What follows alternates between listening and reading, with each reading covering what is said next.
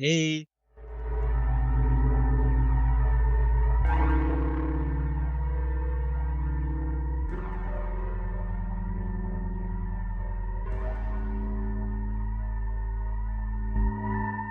Do you know that Whoa Vicky Alam Teen? Yes.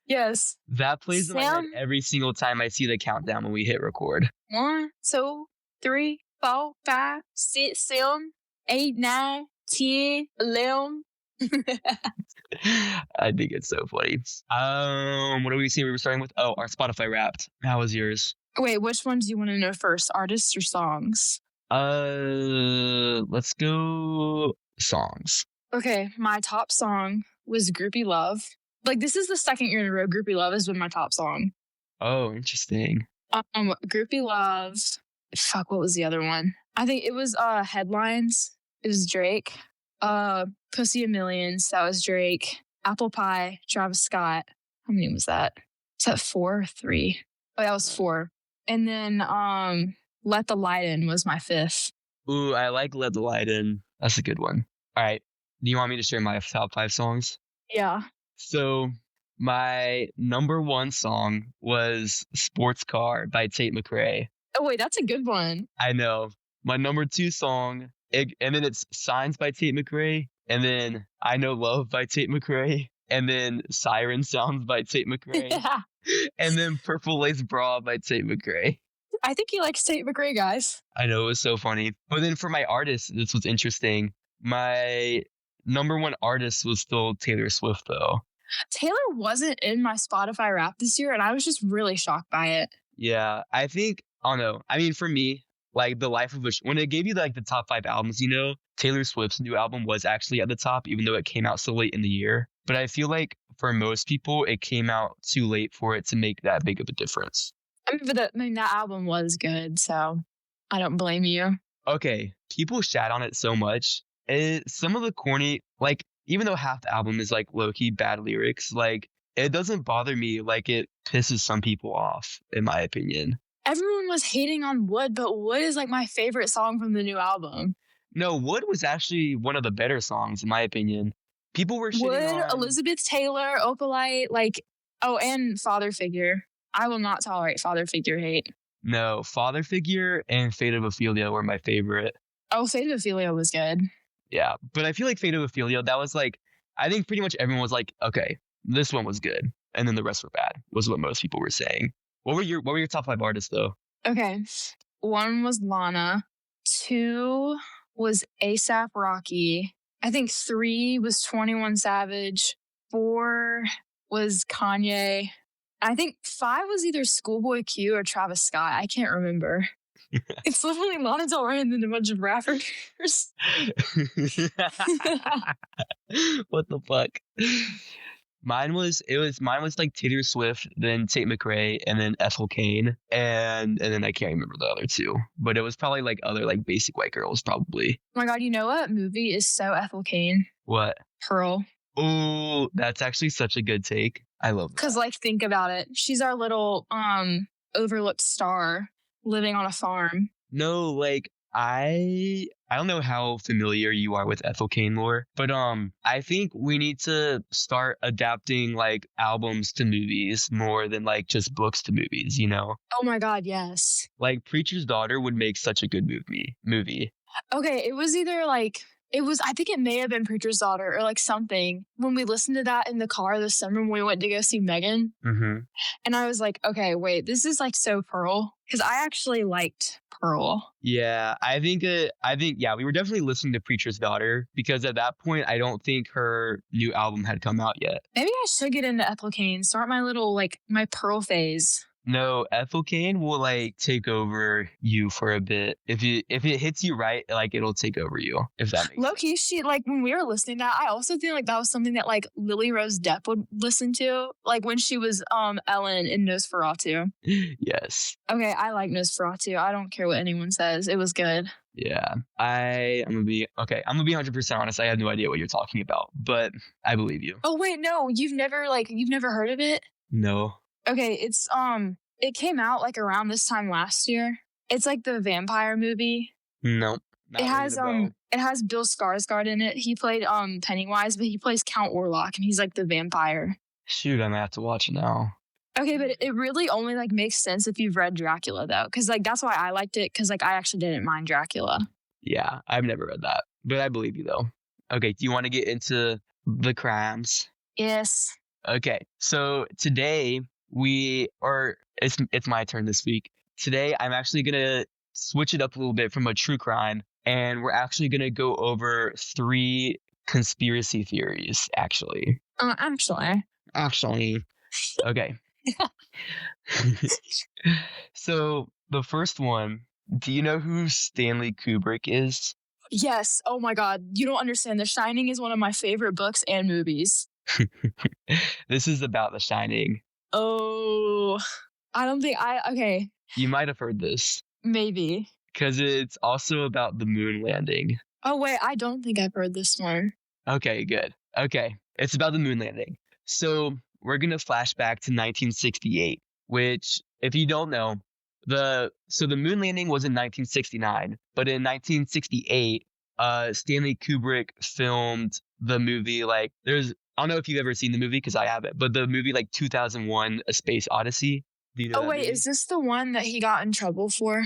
I don't think anything happened from this. Okay, I'm thinking of a different movie then.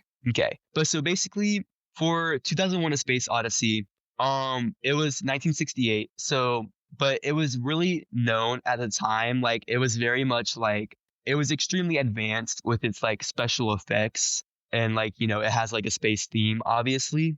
And so the point was, a lot of people were regarding Kubrick as, like, kind of the best in the game when it came to, like, special effects and stuff, right? And so the next year after that movie was released, in 1969, we have the moon landing. And so I think it's a pretty popular theory that the moon landing footage was faked, but I'll go over some of the details now. But so the main points that I found about the moon landing footage being fake was that there were no stars in the sky. And when they set the flag down, the flag kind of like waves like it's blowing in the wind, but there's no atmosphere on the moon. So how is it blowing?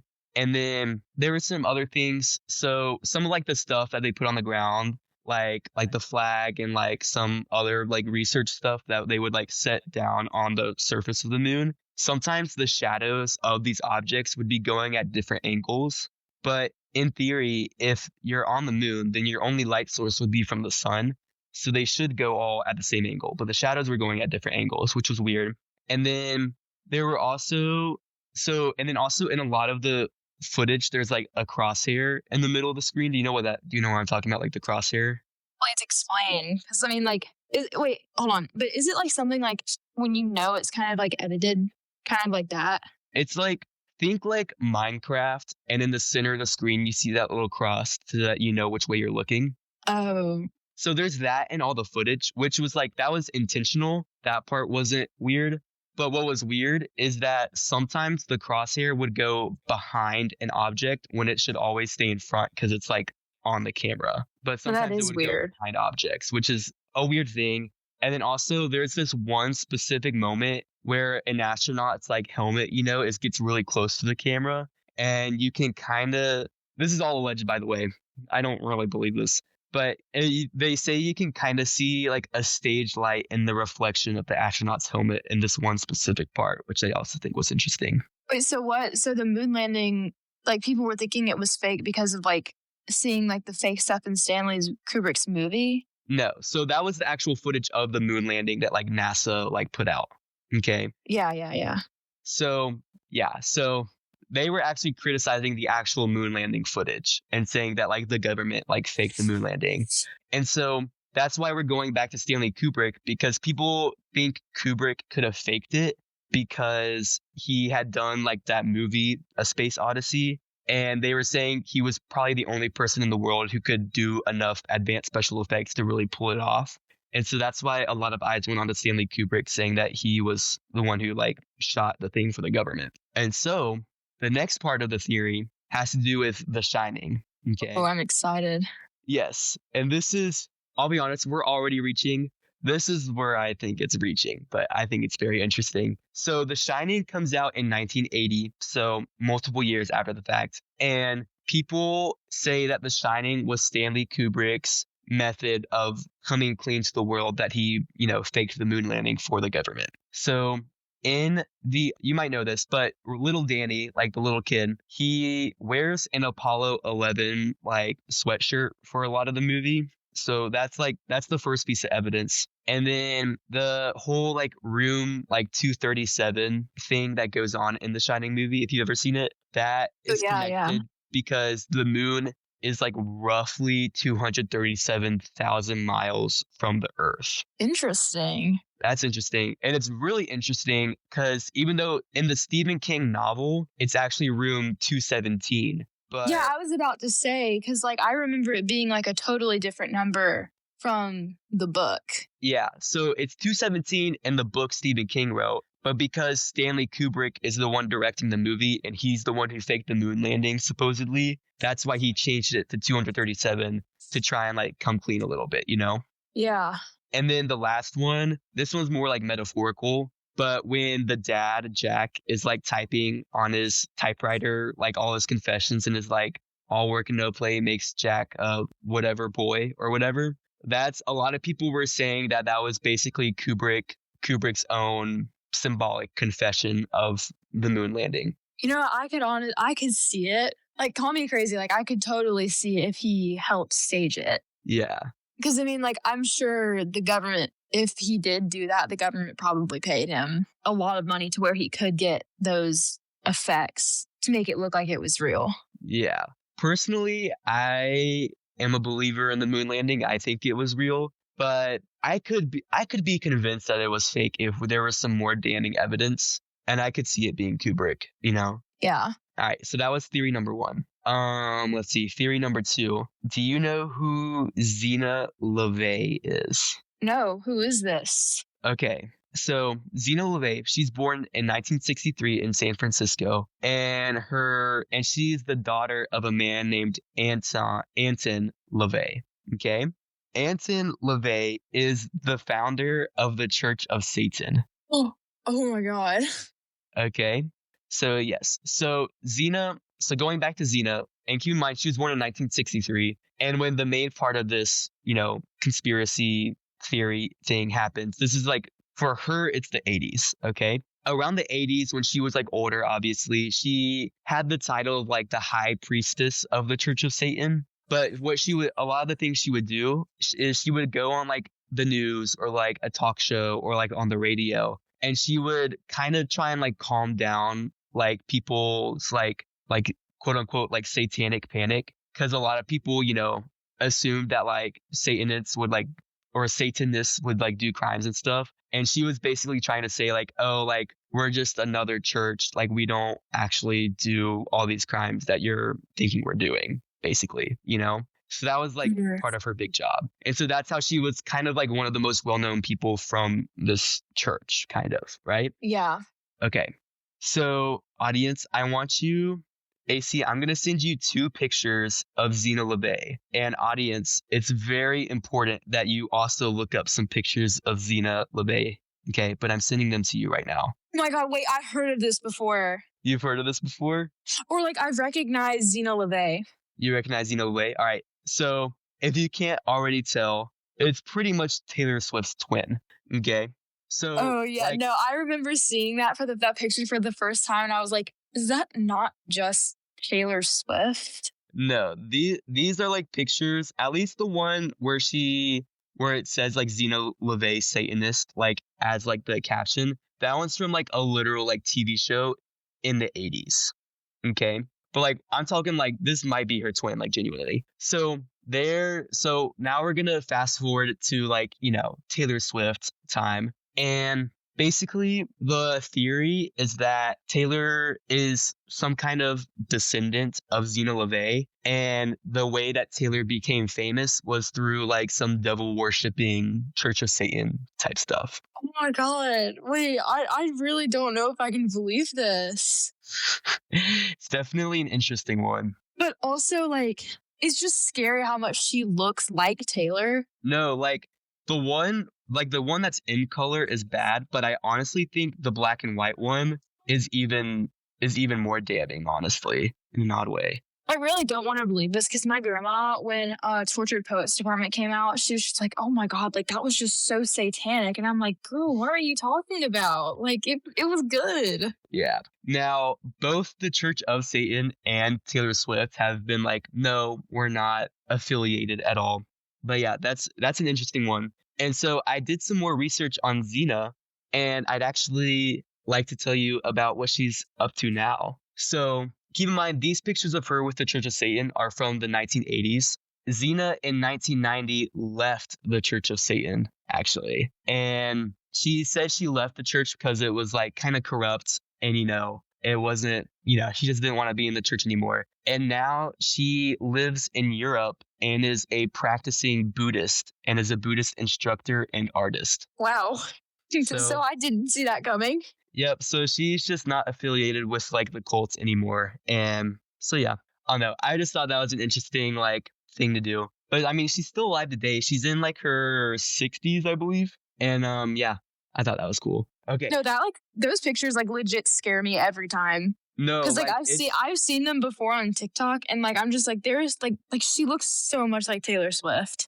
It's like scary. So yeah. Okay. So our last one, it's kind of going back to the true crime world, but I'm mostly going to focus on one of the theories surrounding it. Do you know about the boy in the box? No, I don't think I've heard of this before. Okay. Well, it's honestly, I could probably do an entire episode about this kid, but I'm going to focus mainly on just one of the theories. So the main crime is it's like a 6-year-old boy, and he's found dead inside of a box, like abandoned in some random forest in Philadelphia. Okay. And he was unidentified for a long time.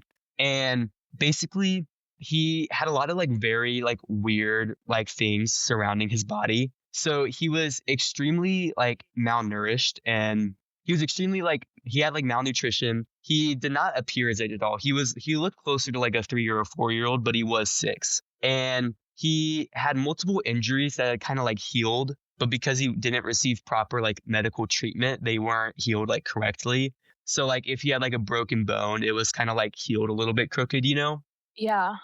And he was also found naked, and it was like very obvious he had been mostly neglected his entire life. But what I thought was interesting was that when he had a fresh haircut on his body, like in terms of like there were literal like pieces of his head hair like on his body, like he had just gotten a haircut, like he was like in the chair at the barber or something. And he had also was very clean, like he was showered, he was everything, like his body had been very well cleaned, which I thought was interesting. Oh my God. Wait, yes. Like I have like a really bad feeling that he was like abducted or something. Yes. So there's a lot of theories, and they actually, in like 2022, they actually found out who the kid was. His name was Joseph Augustus Zarelli. And but they're still figuring out like how he died, what happened, what his life was like, everything. So it's still a big mystery, even though they know who the kid is now. But yeah. So basically the most interesting theory that I saw, and it's kind of the one that I low-key believe the most, is that he was kind of part of this like sex trafficking type of ring, within Philadelphia. And the theory is that he was actually raised as a girl. I don't know. What do you think about that? I believe the sex trafficking stuff, but the being raised as a girl, I'm not bought with that. I feel like if I were to believe that he was being raised as a girl, I would need to know like some of his background a little bit more. But I mean, obviously, like they don't know. I'll get into that. We still got some more evidence to go through. So part of it was with the haircut, because I told you he had like hair from his head on his body still, but it was like a lot of hair to the point where most people assume he had actually long hair before his death, before they cut it all off. And so it's pretty well assumed that he had pretty long hair, and but the haircut itself that he had was extremely like uneven and rushed. Like, it looked like it was right before his death. And then going more into, like, you know, things like that, his eyebrows were actually, like, cleanly, like, groomed and, like, trimmed in a specific way, which I thought was really interesting for a 6-year-old boy. And the blanket and the box that he was, like, found dead inside, it was very, like, floral and, like, pastel, and, like, it was very much, like, girly, if that makes sense.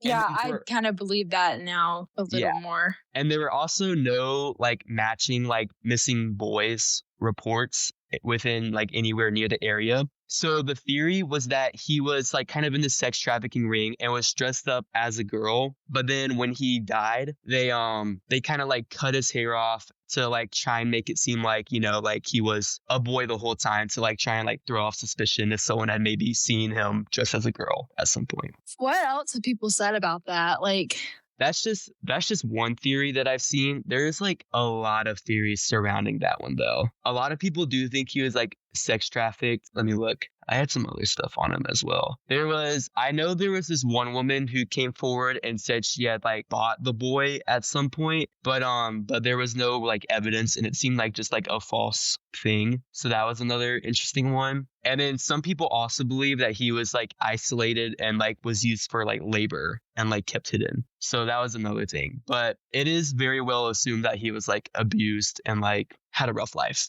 you know? Yeah. But yeah, those are my 3 theories. What did you think? I really, really liked the Stanley Kubrick one. Yeah. That one was really interesting. I think that one's interesting. I feel like that one, I'm so, like, I believe the moon landing, but, like, I'm so sus about it sometimes. Like, I could see that one being a thing. I know, I could totally, like, see it being, like, I low-key feel like it was just something that the CIA planned. Yeah, I don't know. I just, like, because I know there was, like, because, you know, like, the whole, like, space race against Russia thing. And it seemed like for most of the space race, the, like, Russians were actually, like, doing better than Americans. So I could definitely see a world where it was like, oh, the Russians are going to beat us to the moon. Let's just fake it and the Russians can suck it, you know? I could see a world where that happens. Because, I mean, we are told that the Russians are our biggest enemies. Yeah, I so wish I could do, like, I wish on A Push last year, one of, like, the FRQs or the DBQs or whatever was, like, on the space race, because I know so much about it because I had a whole space phase as a kid, and I really would love to bring up the moon conspiracy. But that didn't happen, unfortunately. Oh, see, I was like that, but, like, with JFK's assassination. I've never heard of that before. Low-key 9/11 too. Like, I can get into some stuff about 9/11. Bro, what? That's weird. Were you a Titanic kid? Oh my God, yes, I love the Titanic. I was never a Titanic kid or any of those types of kids. I was just a space kid. You know, going back to the Titanic, I do think it's interesting that some of the world's richest people were on that boat, and then it just sank, you know? That is interesting. And it's like in the North Atlantic, like, you know that there's still going to be ice out there in April. So why would you sail? I just don't know if I buy, now that I'm in a conspiracy theorist mood, I guess. I don't know if I buy that if you're a well-trained captain who's doing this monumental sail with, like, the biggest ship in the world with all these rich people on it. And they say that it's unsinkable. If I would buy it that you're stupid enough to hit an iceberg, you know? Oh yeah, no, that's what I totally think the Titanic was staged. Yeah. Oh, I don't have any research about this, but I do remember, I think I saw this in, like, a Shane Dawson video once. Oh my God. But I remember he talked about once how they might have replaced the Titanic with the Olympic before sailing. And like it was a different boat that actually sank. It wasn't the actual Titanic that everyone went on. Speaking of boats, another interesting boat is the Queen Mary. Really? Tell me about that. I think it was with, like, because, like, you know how it was all, like, that big boat company? It was, like, White Star or something. But the Queen Mary, like, I think they took it out to, like, Florida or something. Yeah. Because they kept it in, like, Baltimore or something. Or maybe, was it Baltimore? I don't know, but it was really, they used it, like, during, like, the 30s, the 40s, but, like, people legit think it's haunted. Really? Yeah. That's interesting. I feel like the 20s and the 30s and the 40s, I just have such a ghostly atmosphere. Like when I think of a ghost, I think of a ghost that's like dressed like a human, not like a person in a white sheet kind of ghost. I like immediately think like a 1920s like flapper woman, you know? No, okay, because I think about like a ghost living in your old family Victorian home in like the 30s or the 20s. Interesting. Yeah, that's interesting. Do you think ghosts are real? Oh, God. I don't think. I mean, no. I don't know. I think ghosts are fun. I don't think they're real though. I know they say like ghosts are people with unfinished business, and I just know I'd be haunting the fucking ops for the rest of eternity. But that's just me. Oh, yeah, no, literally. Okay, funny about the Queen Mary. During World War II, it was nicknamed the Grey Ghost because of its battleship gray color and its speed, and it could outpace the German U-boat torpedoes. Interesting. But there was something about like the pool. I don't know, like you're gonna have to like watch TikTok about it, but there was something about the pool that made people think it was haunted. And I think there was some stuff that happened during World War II. And then like I think there was a big crisis in the engine room or something. I don't know, it's a whole thing. Okay. Have you heard the theory that Melania Trump is a dominatrix to Donald Trump?